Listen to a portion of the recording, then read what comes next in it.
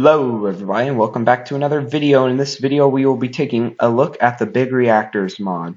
In this video we will be taking a look at passively cooled reactors. In the next video we will be taking a look at actively cooled reactors. So let's jump right into it. So the reactor casing, basically what it does is it goes around the reactor. The reactor glass does the same thing as the casing, except you can see through it. The Elorium fuel rod is where the reaction happens. The reactor controller is used to control the reactor. The control rod is used to control the speed at which the reaction happens. The power tap is used to take power out of the reactor, and it comes out as RF or redstone flux.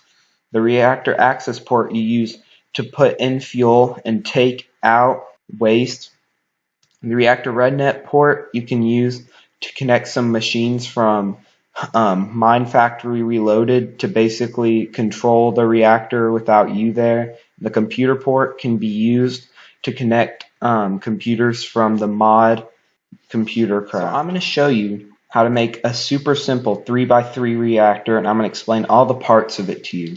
So first you want to put down a base out of reactor casing, or you could use the reactor glass, but I'm just going to use casing. Then you put down a fuel rod, then you put down a control rod, and then you put two access ports, and one of them you want to put into outlet mode, which is where the junk's going to go out. Then you put down the controller and a power tap. By the way, the rednet port and the computer port are going to have their own videos. And then you put everything else as casing.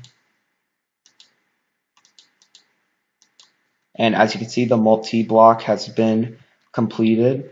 So now what you're going to want to do is take some Elorium or plutonium and put it into the access port, and then you want to activate the reactor. As you can see, it is heating up, and here's the core temperature. Here's the flux per tick, which is the redstone, the power coming out. This is the amount of fuel you're using, and this is the fuel reactivity. This is the fuel status. The yellow is the amount of fuel in the reactor, and the blue is the junk.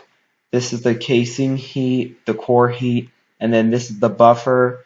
And the buffer, what it does is if you use up more power than the reactor puts out, it will start taking power out of the buffer, and this will just charge up. And eventually you will get some stuff coming out of the outlet. And here is the power tap. You can basically connect any sort of wire that takes RF to take out. And then if you come up here to the top where the control rod is, if you insert the rod, it's going to use up less fuel, but it's also going to make less power. And so let's see. So yeah, like I said, things will come out of here, and the cyanide will come out of here. So now we will be talking about different types of coolants. And the coolants basically make these reactors a lot more efficient. So these are a bunch of coolants I see used a lot. So like here's water, for instance. It will normally stay around 2020 degrees Celsius and about 550 redstone flux per tick.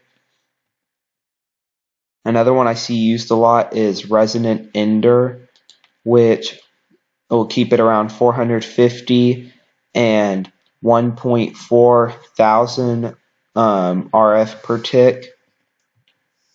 I also see gelid cryothium used a lot, which will keep it around 410, 420 degrees Celsius and 1.3 to 1.35 KRF per tick. And then I also see destabilized redstone used a lot, and it will keep it at around 370 to 400 degrees Celsius and about 1.2 to 1.3 thousand RF a tick. So anyway, guys, that's just gonna about wrap up this video. Please like, comment, and subscribe, and stay tuned for part 2.